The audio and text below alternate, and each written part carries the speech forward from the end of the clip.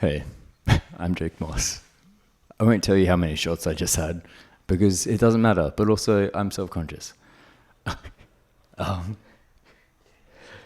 pretty much what you're about to see is me trying to explain most of the paintings from my exhibition, and for every time I explain them, three of my mates, Jack, Danny, and Matt, take a vote. And if they vote yes, that means I don't need to take a shot. We don't need to take shots. But if they vote, nah, that was a shit explanation, then we all need to take shots. So, meh, we have taken many shots because I can't. Because this shit's just too complicated, you know? Like when you're a genius artist like myself. When you're a genius artist like myself, sometimes you're beyond your time. And being beyond your time means that even you don't know what the fuck's going on. So sometimes you've just got to take the shot and accept that your friends are bad at voting, even though you did a really good job. Anyway, should we have one more shot? Come on. One more. For the boys. Here we go. Do I need to do an introduction? Sure. Hey. All right. What's up, cunts? My name's Jack. I'm here to help support my mate Jake. He's going to explain some of his paintings, and we're going to do some shots. I'm not too sure the rules, but something like that's going to happen. So let's see what happens. Fuck yeah, let's go. Here you go, Jake. Good work. Thanks, bro. So this is a painting of a still from a film I shot last year, and I just painted it because, I don't know, I really like the scene because it's shot like in a church where I used to be an altar boy. So yeah, that's the painting. Did he describe it well, boys? Oh shit! Oh yeah, we didn't do the vote. Was that good enough? That was good, right? Yeah, that's good. fine. Yeah. All right, so with his painting, no, I got something. Iceberg Slim is an author. This guy wrote a book about being a pimp and his experiences being a real life pimp. And the two promises he made himself before he wrote it was that he wouldn't glamorize being a pimp and he wouldn't snitch on anyone. And in this book, he talks about, there's a bit, and Dave Chappelle spoke about this in one of his specials. He talks about the mileage of a hoe, meaning that like if you're a good pimp, you know, you know how many fucks a hoe has. And so you know how many fucks. So right now, this girl has 80,000 Ks. That's just me, like mileage. So I don't drive, but I know a little something. So this woman, she can have a lot more dicks than this one, and he knows that. Yeah, that's good. Yeah, mileage of a hoe. Who's that guy on the left? That's okay. So, about 10 years ago, I think America brought out the $100 bills that had blue faces on them. And it's used in like hip hop culture a lot about blue faces. Kendrick Lamar has a song where he talks about blue faces.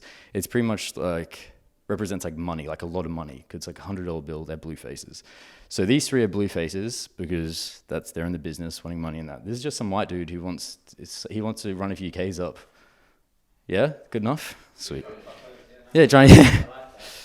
Thank you, bro. Let's go. All right. Explain. Actually, I only need to explain a few things, by the way. So with this, Inkwell Jazz Club, that's where I did stand-up comedy every Wednesday at the Wednesday Comedy Workout. So that was a place in... Cover shot, please. Oh, really? Oh, no, did we vote? Wait, you two said bad, though. Oh, no, I said bad. Didn't explain it. You voted yourself. Oh, yeah. Okay. Alright, 3, 2, 1, boom, boom, boom, boom, boom. Ooh. Alright. Alright, what's the next one? This one is... Just give me a sec. No, there's just so much to take in that even as the artist, I have trouble, articulating what's going on here. A shadow of who I used to be. Let's consider that for a moment. All right. Okay, I got it. Okay, a stretch of the imagination is a one-man play. All right.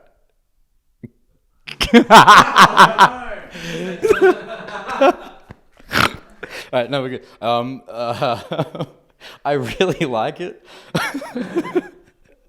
Wait, what's that say? I didn't really meant it when I said I really meant it.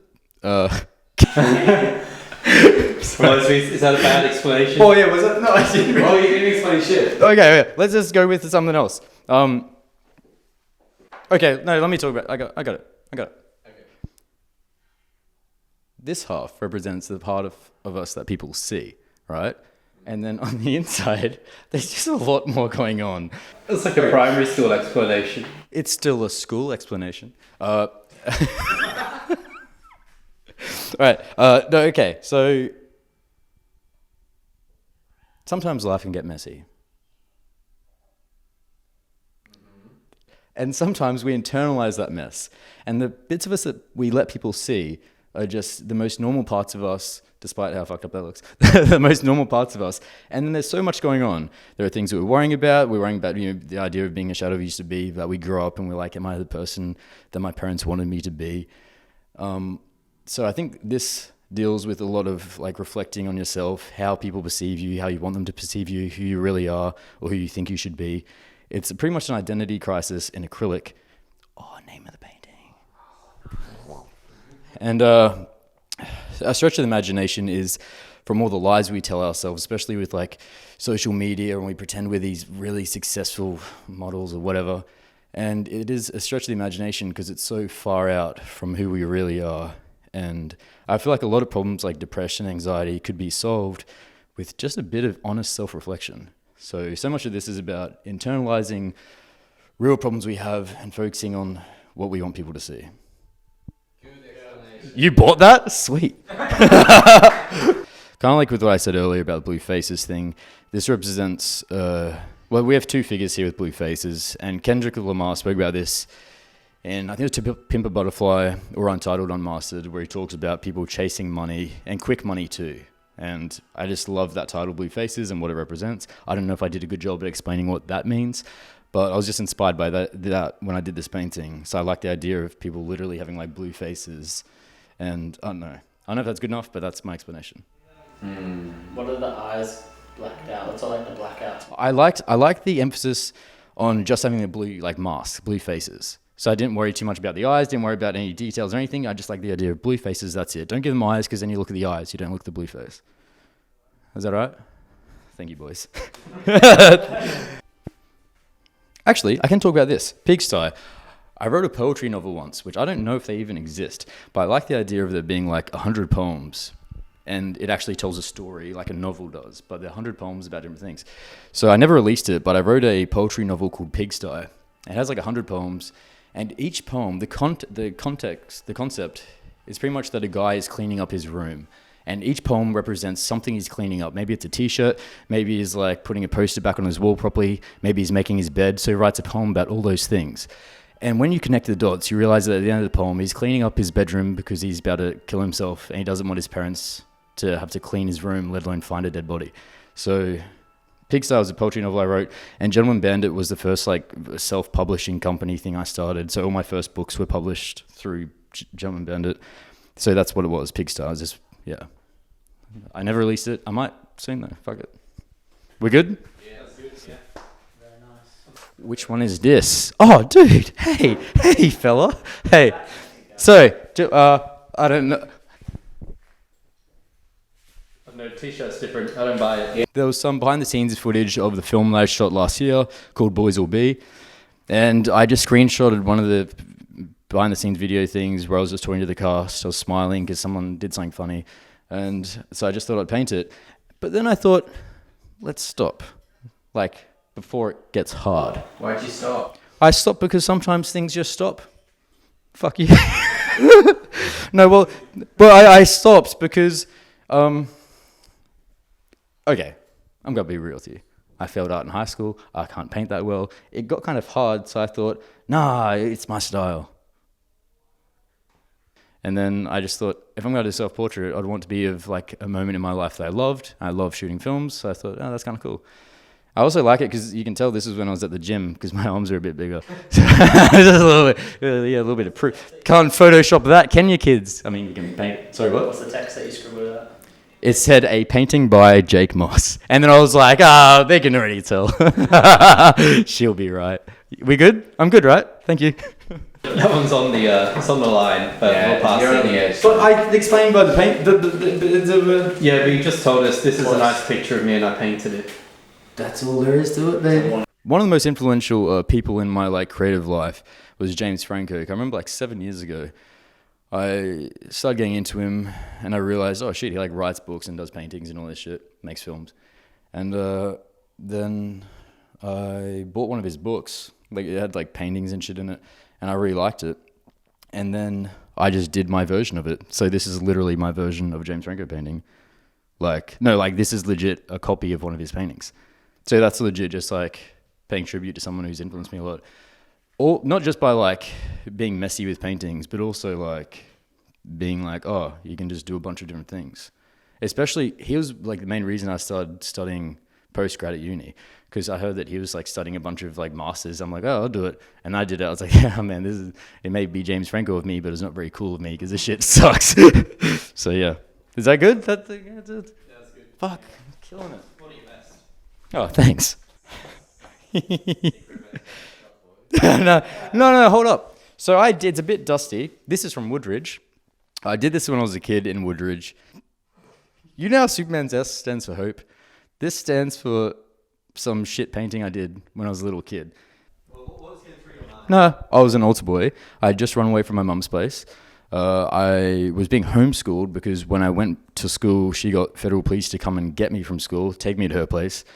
Then I ended up running away, and I did this. That's when I really got into art, was when... So I was in grade 6, Housing Commission, Woodridge, being homeschooled. I was an altar boy, and I was spending a lot of time alone because Dad had a job at that point. So I was like home alone as like this kid, literally just studying by myself. And then I got really into paint. And then that's why early days, even though, yeah, we're making fun of it now because some paintings, I'm like, what's the meaning? Whatever. I had no intention of having meaning back then. It was just pure expressionism and escapism, and it was something to take my mind off other things. And that's very important. So, yeah. This is a painting I did of Danny. Okay. No, I like on and off over the last year, I've just posted weird videos of myself on Instagram just doing normal shit.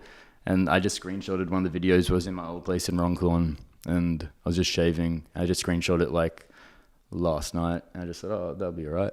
So I did it. But what I like about that, so this is a part of those videos, the same like explanation behind them is like, I like the idea of how with what you post online, you can post so much shit that's not weird. But if you post something that you're actually doing, you're not exaggerating. It's like, yeah, I shave every day. I post a video of myself shaving. That's considered weird. So it's kind of weird how like the real intimacy of being like, oh, this thing I do when I'm alone, brush my teeth, shave, do push-ups. But if you do let people know that, then you're the weird, like not weird, but it's like, that's unusual. But posting like, you know, other shit where you're flexing, that's normal online. I just think that's weird. So I really like the idea of like being completely normal online and it being like weird. So yeah, that's all right, yeah? That's good. Not bad, yeah? Yeah, sweet. Cheers, boys. Does it need explanation? I think it does. I think That's the whole. That's why we're here. Okay. Let me learn something. Get deep. Do you want me to reframe it when you? I remember. No, it's okay.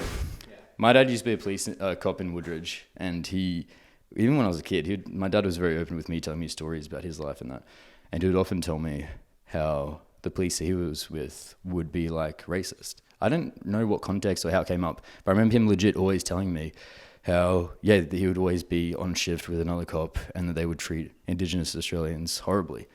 And I remember him saying that was something difficult for him to deal with, because it's like there's only so much you can do when entire like institution, for example, like not entire, but where a lot of people in a certain organization do treat a certain group a certain way. And if you're like one of the only people that don't, and you want to stick up for what's right, but you don't, it's hard. And that's like a dilemma that a lot of people face these days, of being like, okay, now we're all voicing our opinions, and I know sometimes it's hard, but yeah. So whenever I think of police, I always do like think of my dad, and yeah, him always telling me about that. So yeah, it's weird how this is such a big thing these days, or like we're all vocal about now. But as like a little kid, I remember hearing Dad tell me stories about how cops would mistreat people. So yeah, is that all right? Cool, sweet. Oh fuck! I really like this one, but it's gonna make me take a shot. let's talk about this. One day the gold stars just stopped coming. It's weird how when we're kids, we're rewarded like all the time in primary school with like gold stars, and we're told how good we are, and you did a nice thing, you get a gold star.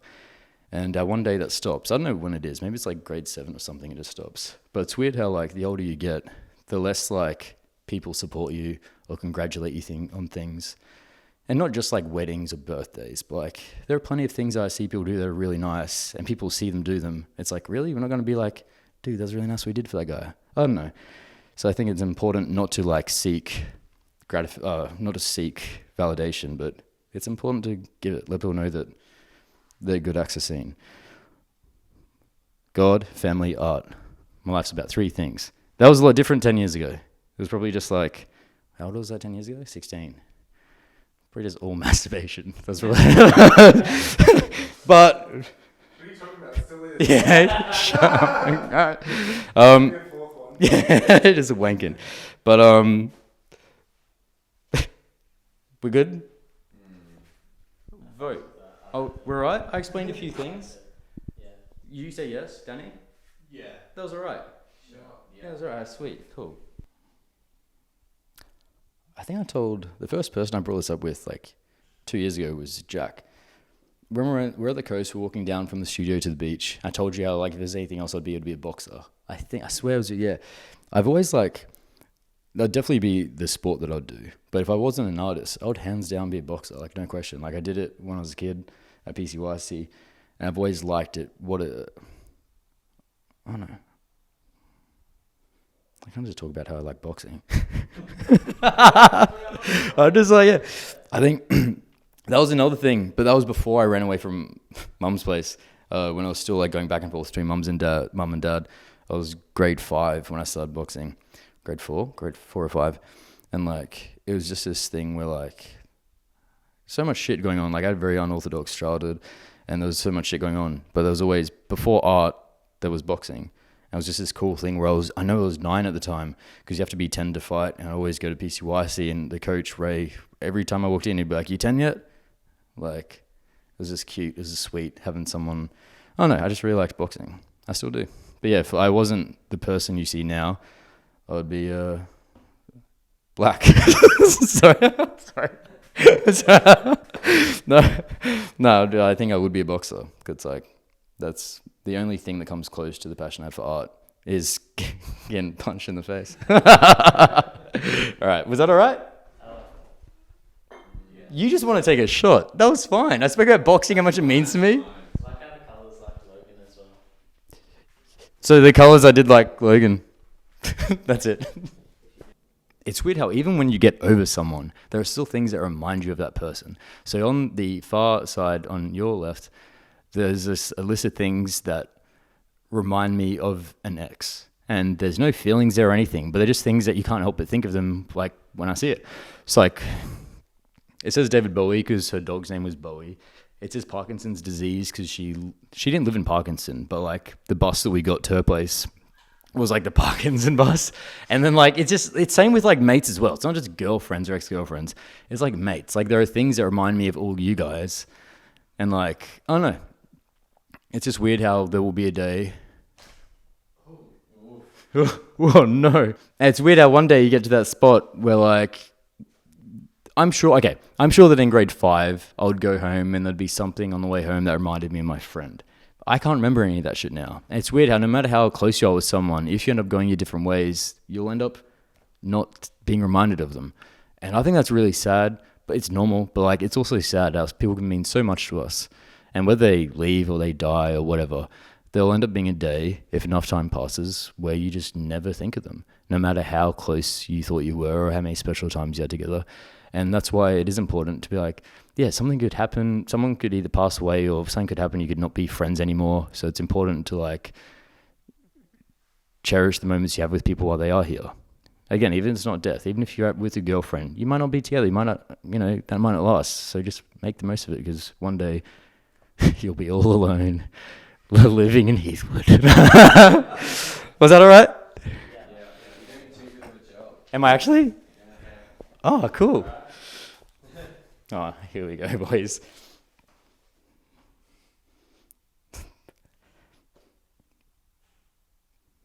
Yeah. Shot. Yeah. Prince Philip, R.I.P. You can't. Cheers, Bruce. I was going to make a joke about this being an ex-girlfriend. But really... I think that this, to me, personally, in my opinion, this is just me. What it's telling me when I look at it with my eyes is that it's somewhat not so much of nothing, but it's something. Shot. Oh, wait, before you shot, what should I call it? The painting. What is it? Did you not see the last 3 minutes? I have no fucking idea. It's a cow, sheep, dog. I was trying to ask why it doesn't have any teats. You're just all about the tits, aren't you, Jack? That tongue. What's the black square? Yeah. The black square. Oh, I'll tell you about the black square. I had it was all blue and fucking cool, and then I accidentally got a bit of the brush and a little bit pink on it, and accidentally brushed it like accidental. And I was like, fuck. I couldn't. I couldn't. I was like, fuck. Anyway, what? So because I made this blue, but I made it. I didn't make it. I just mixed it. Did it. Because I fucked it up with pink, I would have had to either paint it all a blue again or make that exact like shade of blue. I was like, fuck that. I'm just gonna put a black square over it. Bada bing, bada boom. Hey, no big deal. Whoa! I just explained the black square. Oh, that's just explaining. Yes, Danny. No, I was just cheering.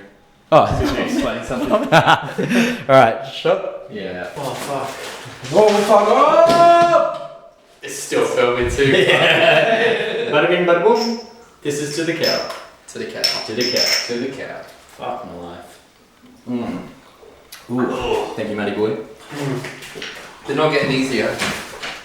They're getting good. This is a really old painting because I used to sign it because I used to want people to know my name. I said I got into boxing when I was like grade 4 or grade 5. That's because I legit watched Rocky and I saw so much of like the lifestyle that Dad and I lived in that character. Same with like just the whole idea of being an underdog and being like we just did shit that the character of Rocky did. Like just basic shit when you're poor that you do. Also, my dad legit always wore clothes that he wore. Not that. He would walk around. No, but his dad would always wear like tracksuit pants and like jumpers that had holes in them and shit. And like, I think the character of Rocky was like one of my first favorite like grown up movies. And I think that's why I saw a connection with it. I'm like, okay, there's a guy who's like from a poor place, but also like what he did, like the idea of going from nothing to something. And I was always super inspired by that. And that gave me so much hope. I'm like, oh shit, I don't have to be where I am forever. So even though it's just a movie, yet they still have a statue of him in Philadelphia, which is fucking weird. Yeah, no, it just meant a lot to me. And that's why I painted it years ago. I thought, nah, I like that. Like if I was going to paint any movie character, it'd be this guy. Because yeah. And that's what I love about movies too, is that like other forms of art, they can like give people like a bit of hope, or you can see yourself in completely made up characters. I don't know, I really like that and I hope that I get to do that with my art. So yeah. Also, does it look like he got cum on his face? Oh, Sarah. Still there. Hey, bada bing, bada boom, forget about it, no big deal. What's the deal, Sarah? It clinks. Is that my beer there? Wait, is that... Oh, sure, it's next to your foot. Hey, bada bing, bada beer. Back when my mum ran the brothel, there was a lady there who was also in her bridal party thing, what's it called? Bridal party. So she was in a bridal party. This transsexual woman, also I will say transsexual because I know these days it's like trans or transgendered. Sarah says transsexual because she's from like the fucking 70s. She used that word her whole life. She what's the word? Not represent, she identifies. She identifies as a transsexual. So I'm going to use that. If you don't like it, you know, fuck yourself. So Sarah's transsexual. In like high school, I met her. She was like a family friend. She worked at Mum's brothel. She was in Mum's bridal party. I interviewed her for a documentary that I never released. And so much of my childhood as I said, was unorthodox. So I had dad, who was a police officer back in the day. So like he knew the law and shit, and he was Catholic, so he knew guilt. And he was a very sensible guy. And mum was kind of the opposite. She ran a brothel. She was atheist. She was fucking very emotional. So I was always, growing up, I was always having to make up my own mind, because it wasn't like I grew up in this family where it's like, oh, my parents say this is this way or this is that way. Like I grew up always being told different things. Dad never swore. Mum always swore. Dad, I don't think he ever maybe had a beer at Origin or something, but like mum was happy getting on the piss and having durries.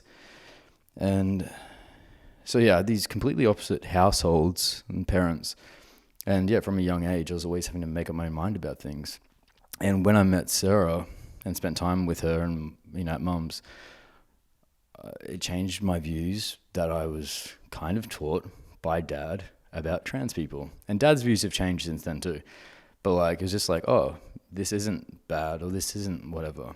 And so that's a really good thing about being raised by my mum, is that she's like a very open, accepting person. She doesn't care. Like she's just, it's not even that she's very accepting. She just doesn't give a fuck.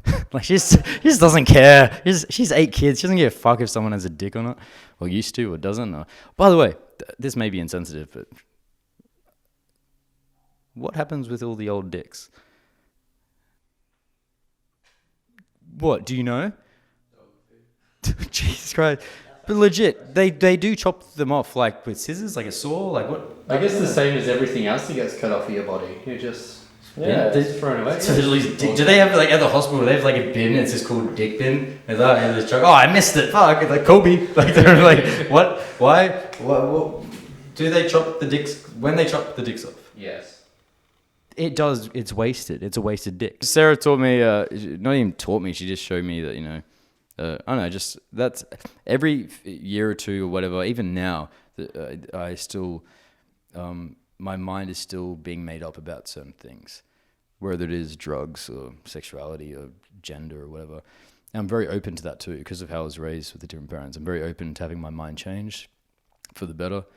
And yeah, so Sarah represents a part of my life in high school where I was like, oh, like this, I've been taught 2 different things and kind of making up my mind with what I believe, not just what my parents believe.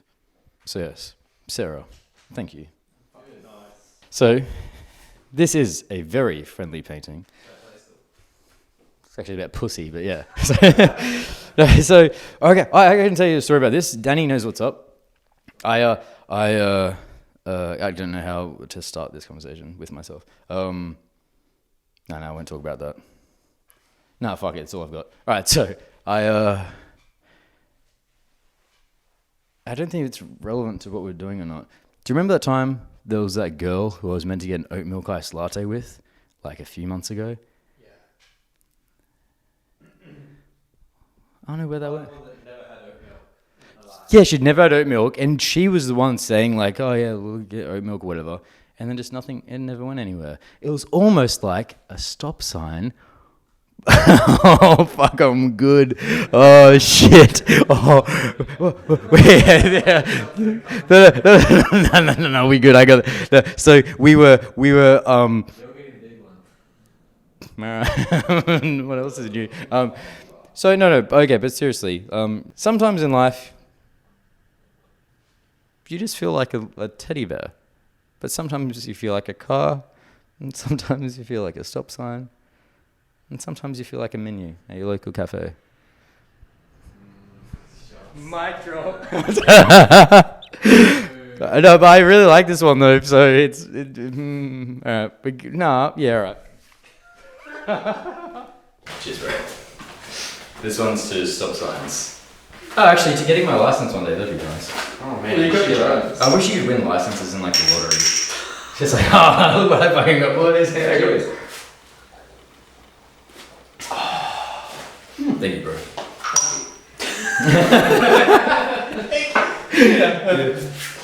This was a bike. There's a wheel there. There was a wheel there. I painted over it. Then there's a school bus. I don't have my license, and I also don't have an explanation for this painting. Oh no! It's just a. This is a small. That's the small one. Small. I'll take it. I'll take a small one if you want. You gonna take a big one? Oh, yeah, the big one. Hey, she had a big one. That was a shit explanation. This one goes out to all the, actually, you know what? All the bus drivers. I've never met one, by the way. Yeah, they There are are, there are thousands of bus drivers. I've never met You know, one. most of them are casual as well. How They fuck's can't- that? Dude! I dated a girl, her mum was a bus driver once. Your mum? Yeah. No, the girl I dated. Which girl? You've had a few. Back in high school. Thank you, bus driver. Bus drivers. Ew. Thank you, bus driver. Cinnamon. Yeah. Cinnamon, It yes. tastes like ass. I like doing paintings like this where I don't use a brush. So what I do is I put a lot of paint on the thing and then I like mix it all up and everything, right? So it looks pretty. I don't like doing paintings like that because a lot of my paintings I paint over. And I don't like, if I do a painting like this and then I'm like, I want to paint over it, there's all this texture there. So it kind of like affects the next layer because no matter what I do on top of it, you see the texture. So I don't like doing it too much. But I did it with this one. The first thing I wrote was Never Knew Love Like This Before, which is a song by Marsha Hines. I love playing it for people and being like, guess who this is? Because you don't fucking guess Marsha Hines from Australian Idol. So I wrote that, and then I started thinking about love, and then there's a poem where I wrote the line, I loved you like you were dead already, which I just think is like, it's such a powerful, like it's one of my favorite things I've ever written. Like, I love you like you're dead already, because obviously when someone dies, you realize how much you love them and miss them. So I wrote that. And then so that is the title of a song. That's a line from a poem that I wrote.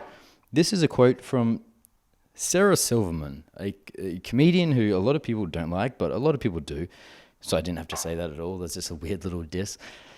She was on a podcast. I love listening to podcasts by comedians. She was on a podcast and she said, there are two types of women, those who have lost their mother and those who don't know what they're in for. And that, because her mother passed away.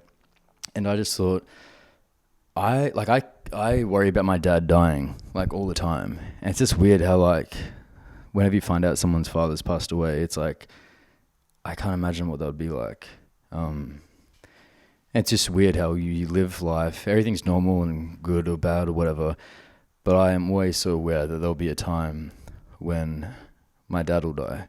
And that scares me so much. I think about that all the time. Like every day there'll be at least like a minute or two where I'm on the bus being like, oh fuck, dad's gonna die one day. So I hardly ever paint something thinking of the type of person who would buy it. Because normally I just paint things and then, I don't know, if I think someone might like it, I don't really think about it. I just paint what I like, that's it.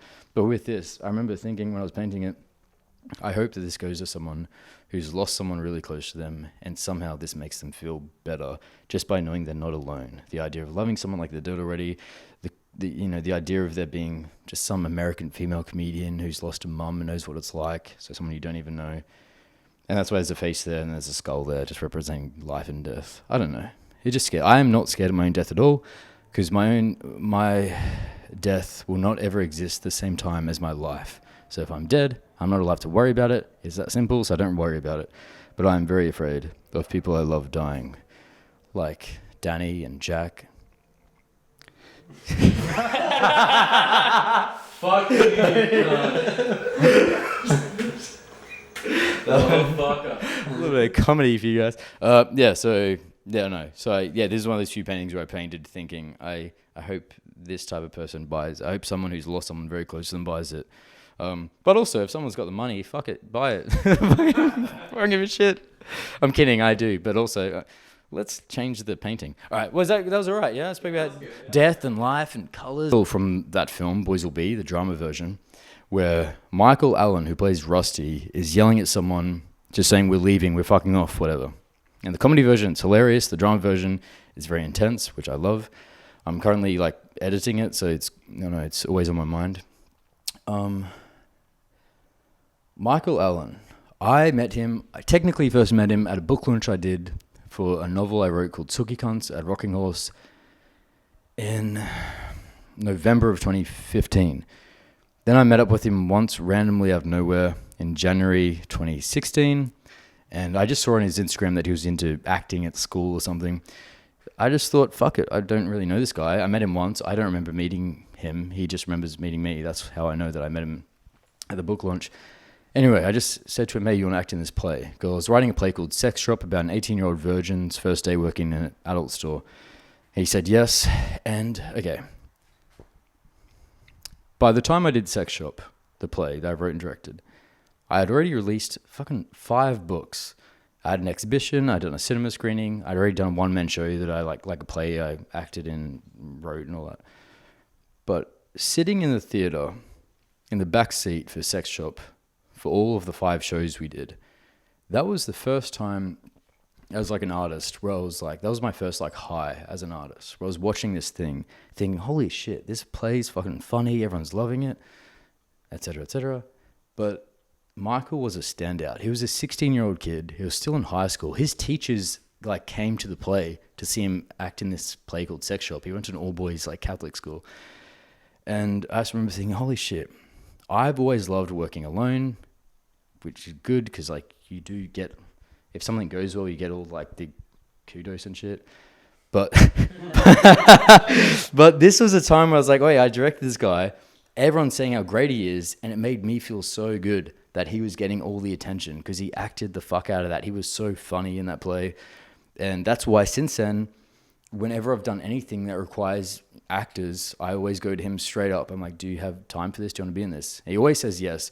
And I know that he said no to multiple other filmmakers or whatever. And that gives me a bit of joy because I'm like, he says yes to me. So I love Michael Allen. He has a very special place in my heart. And that's why I thought I'm going to paint a really shit painting of him. So I love you, Michael, and I'm very happy. I can't wait to release this film, both versions of it. And yeah, I don't know. So that's this. I think of Michael when I see this. I don't think of the films or the plays. I just think of Michael, the person. Very lovely guy. You talk a lot about Michael, but why did you paint a picture of Nick Cave? Fuck you. I'm not. Can you please take this, bro? Thank you. Oh shit. Shots time. This exhibition that you're watching this video from, whatever, is called A Dream I Had. This is an actual dream I had. So, I had a dream that my dad was sick. We're in hospital in like a high-rise building. For some reason, we're in a high-rise building. And Godzilla walks past. Hear me out. So this is like my interpretation of that as like an artist of the dream I had. So a spoonful of sugar, I think it was Mary Poppins, is that song like a spoonful of sugar helps the medicine go down. So that I wrote that because like, okay, dad's in hospital, he's sick, he's having medicine and shit. Then the idea of I hope you're not lonely without me is from a song by Eddie Vedder called Society. And that makes me think of that dream, and that dream when I think of the dream, reminds me of that song. Just the idea of like my dad passing, like I said, like 2 or 3 paintings ago. And so I'm sitting there with dad in this hospital bed, and then Godzilla walks past. and then I'm just like, ah! That's why the A's are there, because I'm like, ah. And then July, because we were in New York in the dream, not in real life. Dad doesn't go to New York, but we're in New York in July, and he just doesn't. My dad. Well, yeah. Well, Dad, he'd. Yeah. So yeah, it is to go to New York. So yeah. And so these pink bits here are actually from an old painting that I painted over. So I can talk about those. This just said Mitch Hedberg. I wrote Mitch Hedberg a bunch of times because he's like one of my favorite comedians. And I don't know. I just started writing his name. I don't have an explanation for that. Trinder Park is interesting because in high school I told everyone I lived at Trinder Park, even though I lived in Woodridge, because I didn't want them. No one knows what Trinder Park is. It's right next to Woodridge. But when you say Woodridge, kids that went to my high school, like a private all boys school, they know what that is. So I just said Trinder Park. I didn't feel like that much of a liar. I was lying by like 2 kilometers. But so whenever I say or hear Trinder Park, I think of Woodridge. Also, what a horrible dream. Dad's dead. Godzilla's alive. So yeah. So that's that. That was a good explanation, right? That was all right? What's the put of J's on down the side? The bunch of J's. Did I do that? J. Oh no, J. that. Was that you practicing your signature? No, this is me practicing my new font called Woodridge Moss, and I was just writing a bunch of letters. I did that obsessively for like a week. Are you gonna see the new movie, or are you gonna be triggered? By the dream of my dad dying. No, but I will be. I won't watch it because at the moment I'm at war with Japanese fiction. yeah, King Kong. Yeah. So resemblance? Anyone? I failed art in high school. You probably can't tell because I'm so fucking good at it right now. I failed art in high school, and this is my first year of high school. Again, you've heard the story a million times. Not because people tell you because I'm so popular, because I insist on repeating it all the time. So I grew up in Woodridge, and it was the most surreal year of my life. Must have been my first year of school at this all-boys school called St. Lawrence's, pretty much right near the city. And as this kid who still lived in housing commission and was still going to for another 5 years and going to this what seemed like a very fancy place to me. And it was weird going there and coming from the world that I'd come from. And I failed everything. I failed art, failed drama, failed everything. And I already felt like shit. But then when you fail the shit that you love the most, like I said, it was only in year 6, 2 years before this, which again, that's almost 10% of your life when you're this age. 10% of the most recent parts of my life, I was in love with art and all these things. And to go to this fancy fucking posh school and fail the things I loved, it didn't make sense to me. That's why I never studied art after high school. I never went to uni and studied painting because I don't like the idea of anyone marking me or grading me or, on the thing that is so natural. So a part of the reason I covered the eyes and the mouth is because I'm really not good at painting those things. But yeah, no, I don't know. I think it's the idea of someone like me at that age going to a school like that, I don't know. It kind of takes me back to the Rocky thing. The idea of Rocky versing Apollo. It was kind of like that. The idea of me, where I lived and where I was from and what my life had been like, going to a school like that. It felt like that weird thing where I'm oh, all right, I'm from this place and I'm going up against or I'm being a part of this thing and I'm the only one. I remember my first day, we got assigned buddies in year 12 to walk us to the train station or bus stop and get the bus or train home with us. And what they'd do is in the school hall, they had all the year 8 kids, all the year 12 kids, and they'd call out the stops, the train stops, stations. And when they called out Woodridge, we had to stand up. I was the only one that stood up. Not even a year 12 guy got off at Woodridge. So I ended up getting buddied up with this guy that got off the train way later. And that was my first day, and I stood up, and I remember everyone just looking at me oh, this guy fucking goes to Woodridge, and we all live in way nicer areas. And it was just weird. I don't know. So, I don't know. This is just a weird... Oh, by the way, this is just... I could have just said, it's a school photo of me when I was a kid. Yeah, bro. So talk about how you feel when you're sort of in the lorries environment, about how you feel you're from Woodridge, and you're sort of an outsider on that way. Obviously, it's polar opposites. How do you feel when you get off the train and you're wearing the blazer, the tie, the shirt? Have I? Okay, I don't know if the... In that aspect. I don't know if the... going to Woodridge High or Maple or Marsden. I don't know if the mic picked that up, but Jack off camera just asked me, what was it like? Obviously, it was polar opposites going to the school I went to, coming from a place I went to. And then he asked me, what was it like getting off the train, with the blazer on? So that's interesting you say that. I got off at Woodridge a few times. Then I started getting off at Trinder Park. And I ended up... So we only wore the blazer in the winter months, term 2 and 3. We'd always get in trouble, kind of. It happened a few times for kids. You'd get in trouble if you're out of school not wearing a blazer when you're meant to be. On your way home, you have to wear it till you get home. I end up realizing, oh, wait, none of my teachers and no one else lives in Woodridge, so I just end up taking it off as soon as I go off the train. Because I remember there was this kid, a really nice kid, a year or two younger than me, and he went to a different school, some other school, would go off the same stop every afternoon. And I remember him being why do you wear that? And this one was in grade 8 or something, and I was oh shit. So yeah, I used to always just take it off straight away. And just not bother with it. I'm I don't want to get beat up. I don't want people... No, legit. I don't want people... I don't want people being everyone's out here, how they are in Woodridge, and I'm going to walk around with this fucking tie and suit. You stand out like a motherfucker. You wouldn't even around here anywhere. But yeah, you do. Anyway, so that's that. So is that good, boys? That's good. That's a long one. So there's a skull with a hat. So he's dead, but he's really fucking cool. Jack, you got a backward hat. I see your future. I'm kidding. So right now we have. I feel like we should just take a shot, guys. I love this painting, but I feel like we should just take a shot.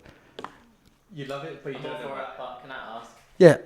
It seems similar to the other one where it has sort of the same faces and like the. Which one? Sorry. Yes, the one you did before. Faces The one with and the then- friends section and Yeah. Oh, okay. expanded version. Okay. And there's also a relation to another one that has like a skull and a normal face. Am I allowed to edit out what you just asked and just pretend my answer? Oh yeah, I got it. Another one as well. Are you about to piss, Maddie? Similar ones. Yes. It seems like a motif. Does that mean you? Okay. There's a motif in your work, and I want to know a bit more. This is about to get really sad. Please All right. elaborate. So much of it is. Maddie, you listening? Yeah, I'm listening, bro. Yeah, I'm listening to you piss. So the bald guy is me. I don't know if you guys knew this, but I don't have any hair. Whoa, fuck this, let's go. Scoot, scoot. Oh. So when with the.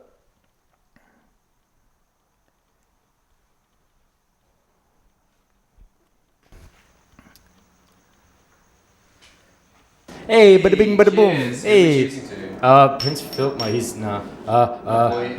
Jack's bicep. Jack's bicep. Oh my DMX, god. DMX. Oh, DMX and Jack's bicep. All right. Cheers to my bicep. Yeah. Hey.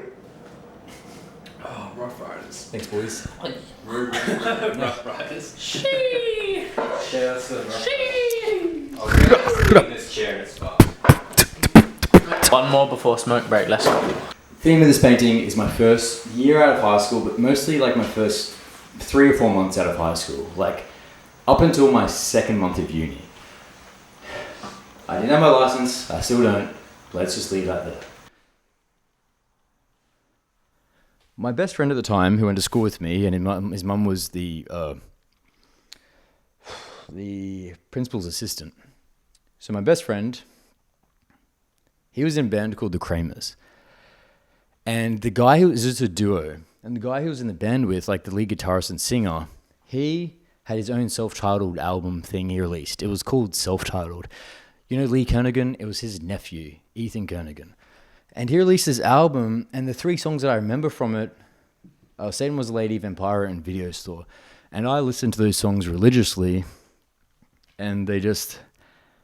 I don't have them anymore because my laptop died. I don't have those songs anymore. Ethan, please send them to me. Those songs, like, I wish I could listen to them again. And also they inspired me to write my own, like, I record my own music. I was horrible. I could play guitar. I've played guitar for like 15 years. But it was just horrible singing and lyrics. And there was a song, a EP I wrote and recorded called Far Beyond Those Railway Lines. And which was that. And I used to do like drawings of it for like the cover and shit that I never released. And so my friend Aiden and his bandmate Ethan, who did those songs, inspired me to do this EP that I wrote. And then from there, I thought about transport, then I drew a car. I don't have a license, I just drew a car because I thought of trains and transport. That's the only connection between those.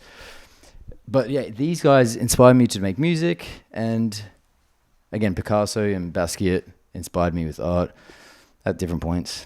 But when I look at this, personally, I think of like my first few months out of high school, and that was the first time I really fell in love. And also within those first few months, the first time I really got heartbroken. So, that wasn't funny. So that's what I think about those. Like, even though I think, this, and I think about that CD he released and that band they were in, and the music thing I wrote and all that. When I look at this, I think of my first few months out of high school. Okay, here's something. This is about to get sad.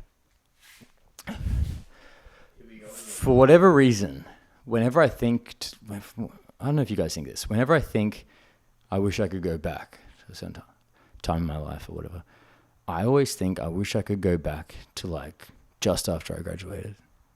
Because like from that point on, you have so much freedom. You can do what you want. And back to the accountability thing. You hold yourself accountable for like the way you've lived your life. And yeah, whenever I feel any regret or any, like I've made a mistake, I always just think, fuck, I wish I could go back to then. Because I'd take everything I've learned since high school, which is everything I've learned in life, and I wish I could go back to this time in my life where I was just, it was just fun. And I was in love. My best mate was in a band. They played gigs. They were really cool. And my best mate's bandmate released his cool CD. And I don't know, it's just that was one of the highlights of my life was the first few months out of high school. I don't know. Yeah, I don't know. I thought I'd been like in love a few times before that, but it wasn't until like my first few months out of high school where I was like, oh, this is what it's like. And then it ends. I guess that's what love feels like. But I think that's a good explanation, right? Okay, let's do it. Nailed it. Thank you, bros. Oh yeah, smoke break. I don't like doing interviews. I hardly ever do interviews, but I did an interview last year for a magazine called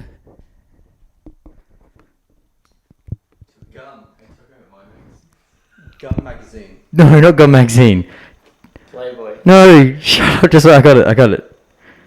No, you don't. Sunday Drawing Club. Yay!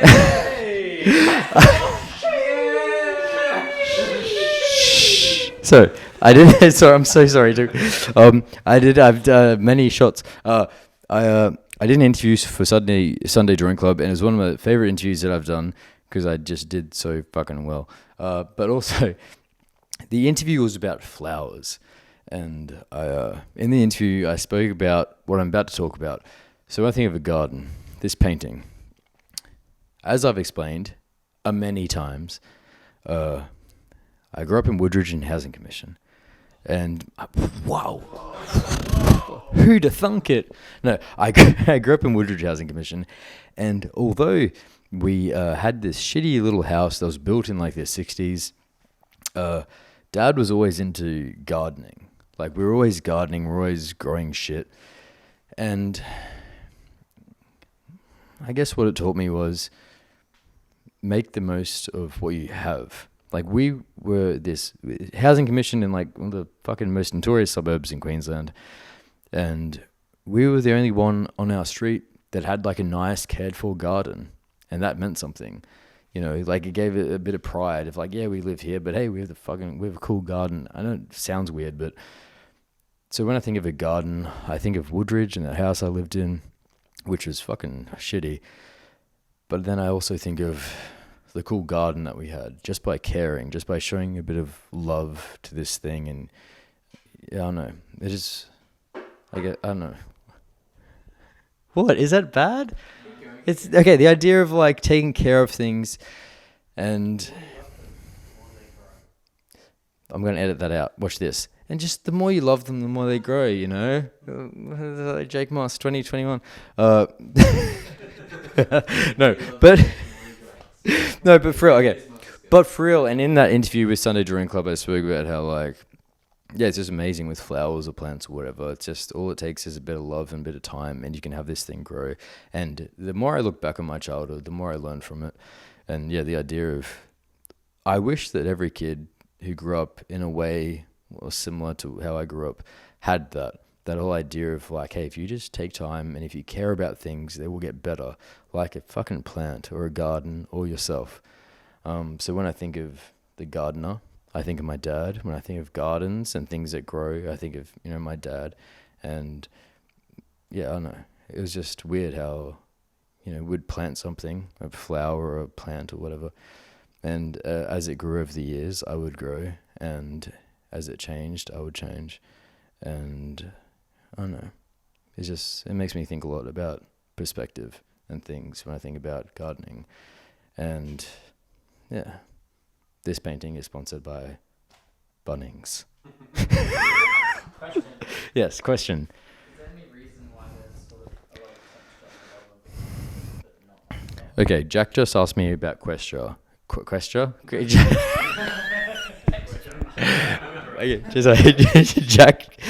I don't know if you guys heard that, but Jack just asked me about the texture at the bottom of the painting, which I will talk about. And it actually goes further into the painting itself. Now, this is a little trick for you like starting out artists out there. I used to always buy canvases brand new. Sometimes I still do. But a lot of the time now, what I'll do is go to an op shop and buy canvases. This is something I kind of thought of myself. This canvas was bought from an op shop. Brand new, a canvas like this, it's double thickness. It's about, I don't know, like, maybe that is like 60 by 90-ish.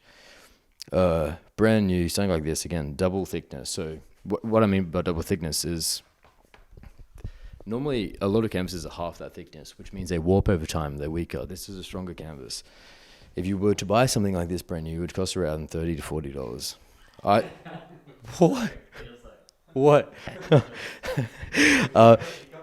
But I got this from an op shop for like $5. I painted over it. Originally, this was already here. I painted over it. So all this green and what you see there is mine. But I essentially it's kind of like tracing with the painting. These flowers are here. I just painted over it so I could say that it was mine. But really, another artist originally designed that like fucking stencil or whatever. So to answer Jack's question of where's the texture come from, that texture was already there because I bought this painting for like $5 at an op shop, the canvas, and I painted over it. So I didn't do this. The other artist did. And it's a good way for artists to get supplies cheap. Go to an op shop, buy a canvas very cheap. My friend, Maddie knows Nicholas Allison, he does that now as well, which is good. It's good for the environment. It's good to save money. It's also good to get good quality canvases because this canvas is a great quality canvas and I highly recommend it. Yeah. But no, it's better than like, yeah. So I don't know. So does that answer your question, Jackie? Yes, Danny. Yeah, I've got a question. Just wait. What's your question? Do you ever feel bad for the original artist? Do you ever feel So- like you're taking their artwork and... I don't know if you guys got that. But Danny just asked me, do you ever feel bad for the original artist? Because maybe I'm taking away from what they did or, you know. No. All right, I'll elaborate. I don't because... Okay, put it this way. If my painting, even though they're worth so much, if they ended up in an op shop and someone painted over them, I wouldn't mind because they're in an op shop. So whoever had them are okay with not having them anymore. They've made that decision. They're okay with them going to someone else. And that someone else can do with them what they please. So if I found out, hey, put it this way. If I found out that one of my paintings was put in an op shop, someone bought it for $5 instead of all the money it's worth, and then that person, you know, they went around buying paintings and mine was one of them and they painted over it for an exhibition they had and they're really into art, I'd be okay with that. Because if you care about your paintings being sold and painted over, you care too much about yourself than you do about art. If someone bought one of my paintings, if someone bought this and painted over it, they've paid for the painting. My work and my time and my creativity is paid for. They can do with it what they want. And if they want to paint over it, that's good because the world always needs more paintings and I'm very okay with that. So do I feel bad about painting over someone else's work? Not at all, because I would be very happy if someone painted over mine. If you buy one of mine, you paint over it, I think that's fucking great because it means there are twice as many paintings, not in the world, but on this canvas. So I'm totally cool with that. And yeah, and if someone does have a problem with that, I don't care. Is that all right, boys? Yeah. Thanks. Safe. So these old paintings are like the fertilizer for these new plants for the gardener's garden. Whoa. Oh, shit, jump in. You get the shots lined Get the shots ready. Donkey. In the morning, I'm making waffles.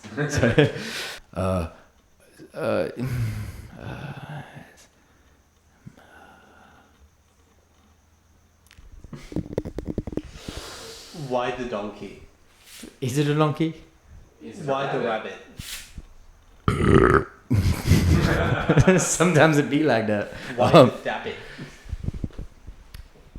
I'm just gonna be real, and we're probably gonna have to take a shot after this one, but at least I know that the truth would have come from me. I don't know what I was thinking. I just wanted to paint something cool, something that looked weird, something that you're like, oh, this painting behind me, you remember it, it's the cow, dog, bear, fucking sheep. And it just looked weird. I thought, I want to replicate that, but on a small scale, like with different animals. So I kind of went, originally it was a bunny. Then I thought, no, fuck it, bunny, donkey. And then we're going to have to take a shot because this is not good. But I just really like this painting. That's the reason I haven't painted over it since I did it like a month or two ago. I just think it's cool. It's got some weird words there. You can interpret them how you want. You can interpret this how you want. It might be a donkey, it might be a rabbit. I don't give a shit. But I just think it's cool, and I like the idea that people can like look at this and be like, make up their own mind what they think it is. So we will take a shot, I insist, because that was a shitty explanation, but I love this painting. Wait, do we all agree that we'll take a shot? Oh yeah. Yeah. Decide that.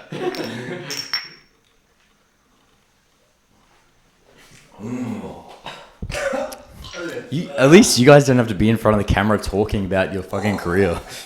Ross, you about your Hey? Oh yeah, true. That's right. Yeah, Jake wants your shit. This painting means nothing. Alright. Yeah, boys, what we got here? We got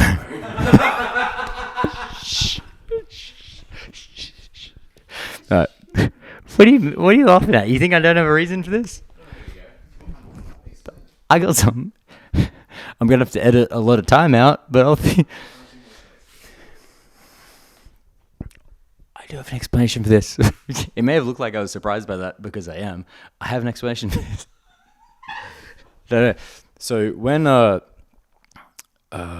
in 2016, the book I released called Cancer to My Enthusiasm had a poem in it called Bunnies with Feelings.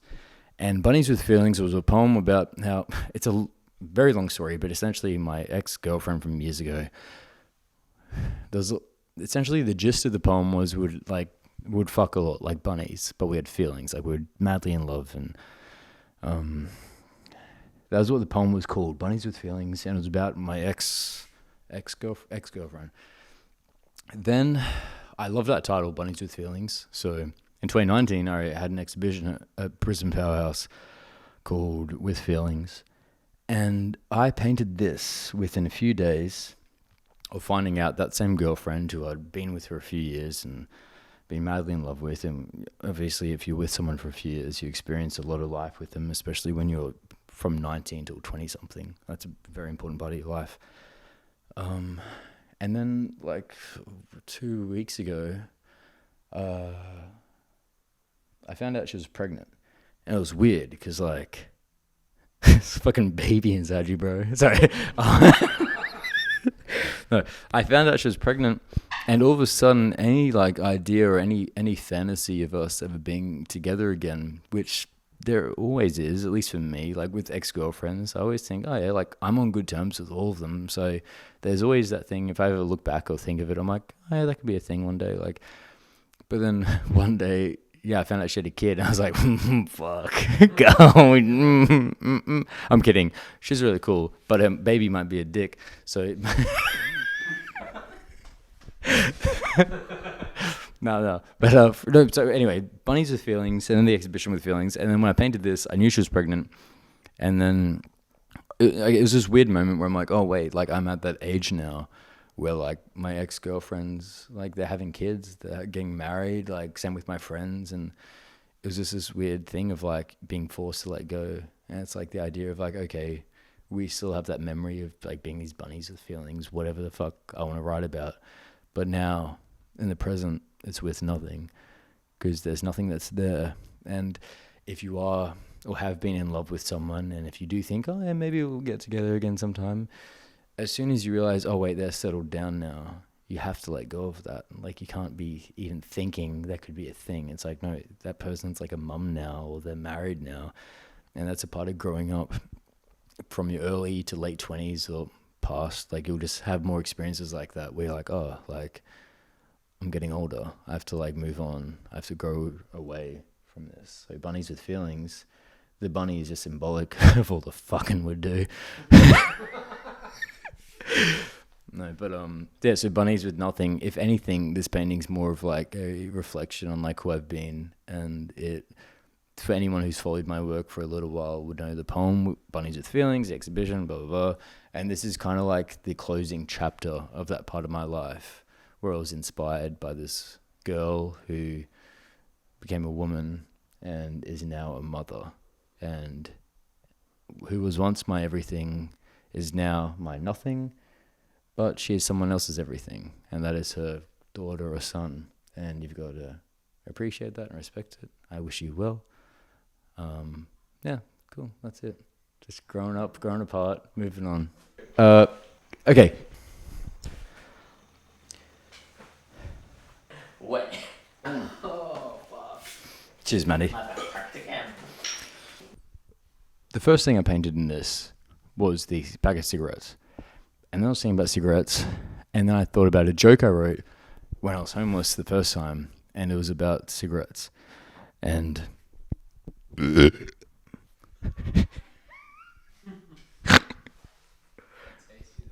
so the joke I wrote, right here it says, for when you're pretty suicidal, and in brackets it says, but also pretty lazy.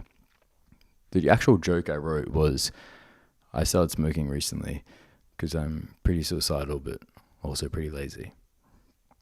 And I wrote that when I was homeless, and I wasn't even a smoker at the time. And then I wrote that in like January or February. And later that year, I ended up going to New York for a few months. And I told that joke on stage quite a few times. And it was great because people laughed. It was a good time. And I don't know. So this isn't something that is universal. In fact, it's the opposite. It's very personal. When I look at this painting, I see the cigarettes. I see that, rearranged, like redone, reworded joke that I wrote. And I just think about how I was homeless at the start of the year. And at the end of the year, I was in New York on stage telling the jokes I wrote earlier that year when I was homeless. So when I look at this painting, it's kind of like the Rocky thing again. How like where you come from doesn't show where you're going. And even if it's within the space of a year or within the space of a lifetime, I like it. And I never signed paintings since 2015 because I don't like the idea of being like a Moss, like, I did this, I want people to know who I am. But with a painting like this, I looked at it and I was like, no, that is very me. The idea of where you come from doesn't show where you're going. And I thought, I'm not going to write my name Moss. I'm going to literally sign it because I'm very happy with this work and what it means to me. And yeah, so to be honest, these colourful bits, I just like them because I think it looks cool with like different blocks of colours there and scribbles. But it's mostly about the cigarette, which is the first thing I wrote is, I'm very fucked up. The first thing I painted was this pack of cigarettes. Then, just through association, it reminded me of that joke I wrote when I was homeless. And then when I connected them to and what it meant, the start of that year, the end of that year, I thought, I want to sign this. Not just with my last name, with my fucking signature. So, if you want to cash a check, good luck. I have no money, but if I did... But yeah, so I think that's a very good explanation. Do you guys agree? Thank you. I knew that I wanted to paint a cowboy, but I also knew that I didn't want people to think it was just a man in pajamas and a hat. So I wrote cowboy. Am I going all right? So this is a cowboy, not just man in pajamas and a hat. When I was grade 6, around the time I was getting homeschooled, I was obsessed with brain teasers and puzzles. And one of the forms of brain teasers and puzzles was palindromes, but also anagrams. Old West Action is an anagram for Clint Eastwood. You mix around the letters of Clint Eastwood, you get Old West Action, which is amazing to someone like me because they're the films that he was in and he's the actor. It's just a mad coincidence. It's same with other examples that I will not name right now because I don't know. Yeah, Clint Eastwood, look at it. All the letters mixed around and you get Old West Action. Amazing, right? There's a little something you learn. Where's the C from? And the L and the I and the T. Action. Clint, action. It's right there, bro. You don't believe me? Fuck. Anyway, so Clint, this bit there reminds me of like when I was in grade 6, grade 7, getting homeschooled, and I was obsessed with brain teasers and puzzles in my spare time when I wasn't homeschooling myself. Cowboy, I wrote because I want people to know this is a cowboy, not just a man in pajamas and a hat. And also, when I do think of cowboys, I think of my grandparents on my father's side, because I would always go to their place in Maloney and watch Old West actions. I would watch The Searchers but I'd watch The Searchers with John Wayne, and there's a guy in the rocking chair singing that song "Gone Again," Skip to Maloo, and the opening shot and the last shot of that film are amazing. I'd also watch like When the West Was Won and other examples. But no, so I think of cowboys, I think of that, the films, and all. I don't know. This just reminds me a lot of being a kid, so that's why it exists. And also, I did it like this on purpose, not just because I had extra green I needed to get rid of. I did it like this because I like the idea of, I'm going to cut out the next 10 seconds because I'm just going to be thinking. Because you like David Lynch. What's up with this? Well, he likes to do like 4 different canvases that all kind of like line up. Triptychs. Yeah. Oh, yes. Like they don't add up, but they line up in a weird way. You know what I mean? Before Danny rudely interrupted. You gave me 10 seconds. Okay, the reason I did this like this is because I like the idea. I like the idea of there being 2 separate artworks that both are very personal, and the one on your right represents when I was a younger kid at my grandparents' place watching movies when I was like 6 or 7. And the next one represents when I was the opposite. Well, I was still my grandparents' kid, but I was kind of very alone. I wasn't seeing any family, and I was just doing other things to keep myself entertained, including writing jokes. And I know they're not immediately connected, but I like the idea that parts of your life, whether you're a kid or whether you're a kid with your family watching movies, or you're an adult and you're homeless trying to write jokes, I like the idea that separate parts of your life are connected. And these 2 I found connection through my love for entertainment, whether it was enjoying entertainment or the idea of entertaining others with jokes. That is a very shit example, but that's the best I got. Yeah, we're good. Thank you. I mentioned earlier, I don't know if it's in this video that's been heavily edited, but earlier I mentioned how I like podcasts by comedians and writers by people that aren't writers. Underneath this scribble, it says A Crack Up at the Race Riots, which is a book, a novel, experimental novel, whatever you want to call it, by Harmony Korine, who's a filmmaker, is an artist. He wrote a novel. Bob Honey, Who Do Stuff. Okay, the actual title of the book is called Bob Honey, Who Just Do Stuff. That's a very weird novel by Sean Penn, the actor. With people like Sean Penn, an actor who writes a novel, and an artist/filmmaker like Harmony Korine, who wrote, he did Spring Breakers, etc., who wrote a novel, the idea of these people existing inspires people like me who aren't sure about what career path to take. Should I be a writer, a filmmaker, fucking artist? I don't know. So when these guys write, it's like, oh, so there are heaps of people who are creative doing different things. It inspires me to write and do different things, like painting and whatnot. Like I said earlier about James Franco. So these 2 titles led me to start Gentleman Bandit, which like my first 5 or 6 books were released through as a publishing company. Like it was registered, it was a thing. So I don't know, I've told a few people this is one of my favorite paintings at the exhibition, even though it's so small and it's so messy and it doesn't make much sense because things are scribbled out and there's not really there's no object there or anything.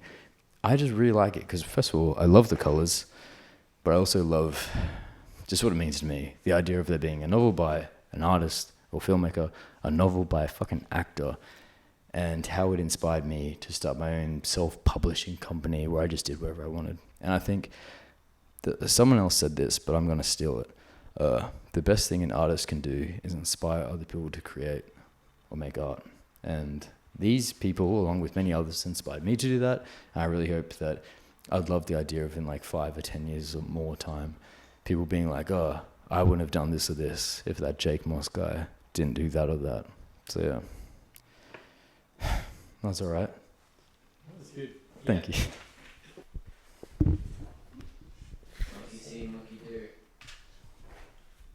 I don't know what it is, but we got a monkey. We got a banana. There's something there. I don't know what it is. There's something. Do you guys see it? Do you sense it? Oh, yeah. There's something. Let's go back to this. There's a monkey, and there's a banana, and there's something there. I don't know what it is, but banana, monkey. Do you guys know what the connection is? Does this make any sense? No. It might be shots. Danny, do you say shots or not? It's up to you. Next one. No. That was good. Just because of that's why I don't go fishing. Does that explain the painting though? Yeah. No, that explains why you painted over it. Yeah. I didn't paint over it. It's right there. I like the explanation with the bubble. Yeah. Alright, okay. It's good. Okay. Yeah. Yeah.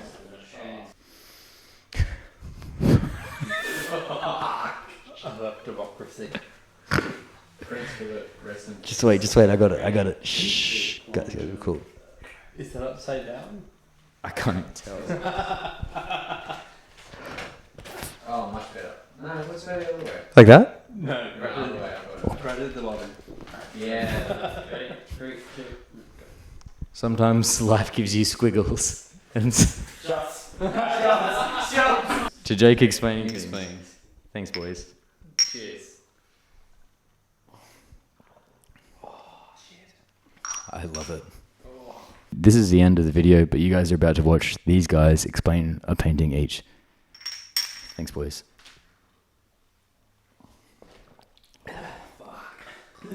Thanks, Maddie. Do you ever start painting something and just fucking give up?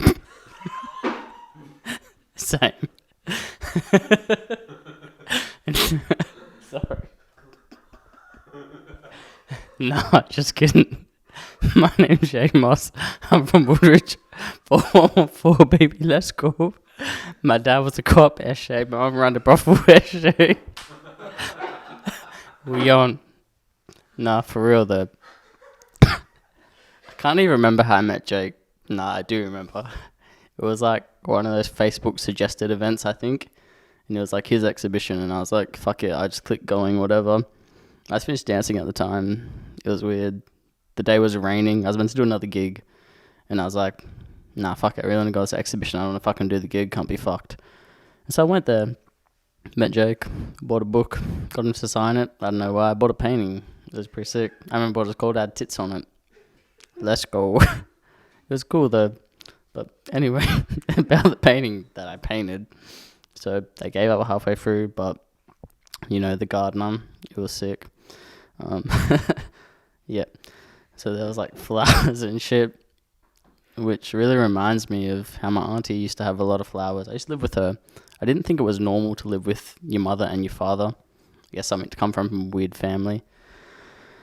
But yeah, I mean, like I thought that was normal. And it wasn't until I got older that I realized that it's normal for people to have their father and their mother live together.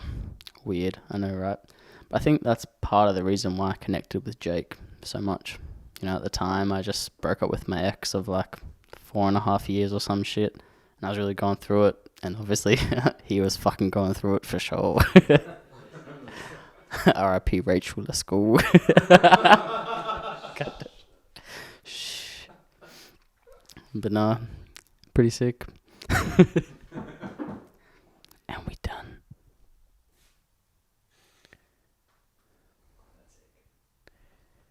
Hello, I'm Matthew Jennings, and I am friends with Jake Moss, and I'm doing this because I'm cool, and I really like Jake Moss, and he doesn't have any weapons pointed at me, and he made me record a cool video because he he is really nice, and he lives at around Forest Lake, and this is a painting, and it's really nice, and